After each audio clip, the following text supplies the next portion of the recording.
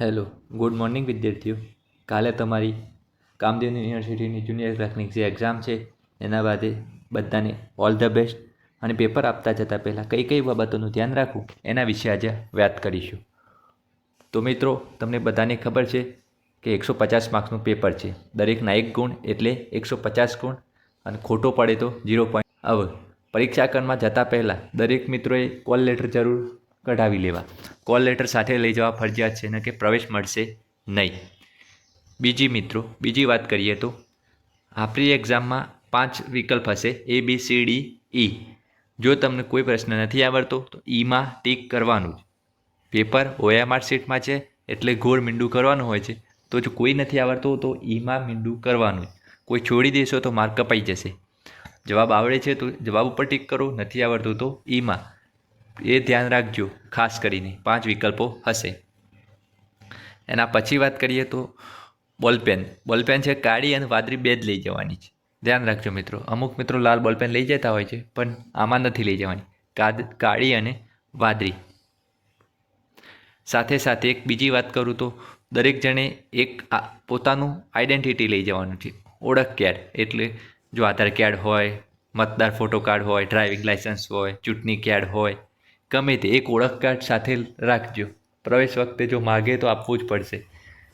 અને બીજી વાત, કોલ લેટરમાં તમારો જે ફોટો છે એ લગાવી દેજો, અને એમાં અડધી સહી ફોટા ઉપર ને અડધી કોલ લેટર પર આવે એ રીતે કરી દેજો. એના પછી વાત કરીએ તો અહીંયા સૂચનાઓ લખેલી જ છે મિત્રો, જે તમારા હવે મેં બધી બતાવી દીધી છે, વાંચવાની જરૂર નથી, પણ એકવાર જરૂર જોઈ લેજો. આ બધી બાબતોનું ધ્યાન રાખજો મિત્રો. એક કોલ લેટર સાથે લઈ જવાનો છે.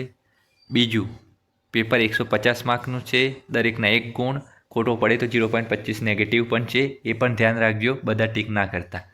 હવે પેપરમાં બીજી વસ્તુ, A B C D E 5 option છે, તો તમારે જો કોઈ ના આવડતું હોય તો એ તો ટીક કરવાનો જ છે, નકર માર્ક કપાશે. બોલપેનની વાત કરી તો બ્લુ અને બ્લેક લઈ જવાની છે. કોલ લેટરમાં ફોટો લગાવેલો હોવો જોઈએ. આ બધી બાબતોનું ખાસ ધ્યાન રાખજો. હવે વાત કરીએ પેપરનું. તો પેપર છે ને 120 મિનિટનું છે. 2 કલાક એટલે 120 મિનિટ. પ્રશ્નો છે 150. એમાં રિઝનિંગ 60 માર્ક્સનું છે, મેથ્સ છે, GK છે, ગુજરાતી અને ઇંગ્લિશ છે. તો મિત્રો ખાસ વાત રાખજો ટાઈમિંગનું. એવું ના બને કે પછી રિઝનિંગ આવડે જ છે એટલે આખું પેપર રિઝનિંગનું જ લખી દઈએ, બીજું બધું છૂટી જાય. એવું નથી કરવાનું. જેટલું આવડે છે એટલું પહેલાં ટીક કરી જ દો ફટોફટ. જે સહેલું છે એ પહેલાં ટીક કરી દો. જો સૌથી પહેલાં ગુજરાતીથી શરૂ કરવાનું, મારું માનો તો સૌથી વાર નહીં લાગે, ફટોફટ ટીક થઈ જશે. પછી GK ટીક કરી દો, પછી રિઝનિંગ કરો, અને છેલ્લા ટાઈમ વધવો જોઈએ. હા, પછી પતી ના જવું જોઈએ. છેલ્લા ગણિત સોલ્વ કરવાનું, એમાં થોડો ટાઈમ જશે તો ચાલશે.